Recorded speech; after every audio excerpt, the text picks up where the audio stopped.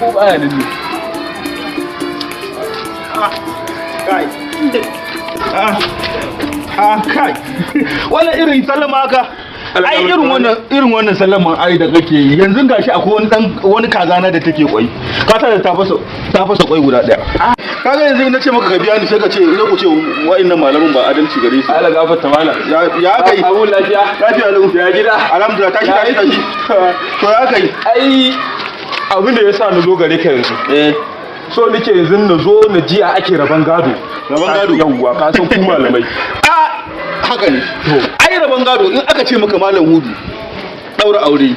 da raba shi ka san me ake nufi da daura aure da raba shi to muke daurawa muke saki wajen ma ake zuwa mi saki zakka da raban gado in aka ce maka malam hudu to karshe kenan ai shi yasa na zo wato raban gadon kudin ya kai hakki marin kaman nawa ne ai wato malam ni ban ma san adadin kudin ba kai da Allah gaskiya a to yayi miskido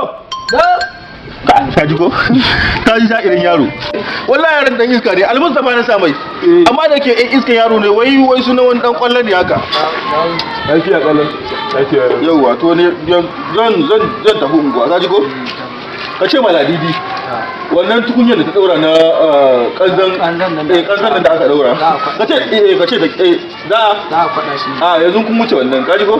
ka ce ta kifar da shi in zan samu ne in ta kifar da shi da taka tukunyan kaji ko da taka tukunyan sannan kuma naji an ce me karban kudin hayan nan ya zo ma da na ba shi hakuri to kada ƙara ba shi hakuri kaji ko kada ƙara kai in san samu ne kai in ma baka danna mai mari ba in yazo uban ka zaka ci Allah ya tsine maka in baka danga in baka zabga mai mari ba kaji ko gidan ma sai shi zamu yi gaba sai gidan sai mu siye shi yawwa kaje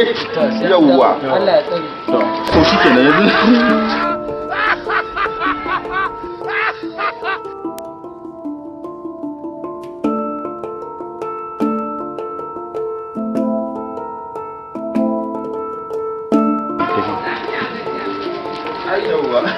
ai dan da maka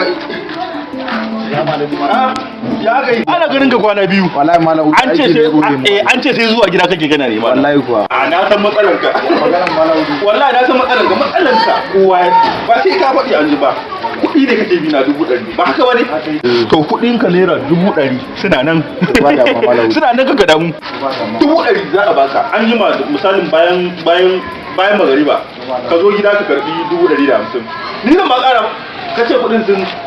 ai ban san adadin kuɗin nan ba ban san adadin su ba ka zo ka 150 ka zo yau wata nimu ka ci gaba da farin ciki yau wata nimu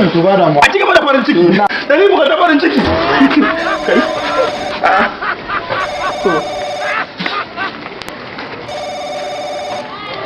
hello malam ladan wallahi malam hudu ne a da Allah ku dakata kudin kwamitin masallaci bacewa suka yi wallahi shigowa aka yi daki aka dauke su to da Allah a kwantar da hankali a kwantar da hankali da na'ibi da kai to da Allah duka dai kwamitin masallaci su same ni a gida bayan sallar la'asar su same ka a gida suna da yawa same ni a gida bayan sallar la'asar ba matsala za a karbe su za a ba su 70,000 ne ai wallahi zai ba matsala na gode yawa ai wannan abu mai sauki ne da ga san mu malamai ai wanda wallahi ai malamai sai da haka wallahi inda ka san shi bangaren raban gado ka ji ko bangaren raban gado ka san shi malami yana da babban kaso a cikin raban gado ka gane na gane wato idan aka samu mutane su mutanen da za a raba magado ya kasance suna da takawa da imani malami a ainihin 1986 lokacin da na raba gado a misira da yake kasan misira garin addini ne tabbas to da yake an samu a lokacin ina jin kashi 60 cikin 100 aka bani a cikin gadon da aka raba to amma ka san mu mutanen mu na nan kasar muna da rauni to in mutane suna da rauni sai ka ga mutum malami ya samu kashi 40 ko 30 to amma kai daga ganin karatun zaka yi imani wallahi na zaka imani ai shi yasa na zo da kai malam ai abin da kace a wannan rabon gadan to shi fa za a yi duk abin da nake so duk abin da kake so ai ku malamai shi yasa na zo har gida na taho da gaskiya da gari na kan imani yawwa to ka ai ko kashi 80 cikin 100 aka bani ai wallahi ba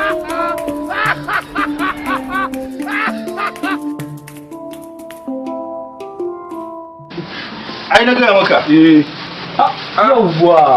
yawwa ka bani wahala tun ɗazu da sahu babanka ke neman ka har gidan mai zo neman ka na ce yau ban ma ganka ba sai ga shi Allah sana ai na je na taho da ma Allah gafarta malam ne malam hudu domin mu tafi da shi gareji yanzu mu hawo mota mu wuce Abuja kai ka san hanya Abuja ne to kai da kace ba kauye haka ba ko ilimin komai baka da shi me zaka je Abuja ai nan da kake gani dalilin da yasa zamu je Abuja to shine ka san kakanninmu ka san ina da kakanni sama da 100 to tun kakanninmu da suke zuwa suna ce mana Najeriya kasar mu ce ta gado Najeriya kasar mu ce ta gado to na gani na gaji da zama cikin talaucin nan fa da nake yi shi yasa na je na taho da Allah ya gafarta malam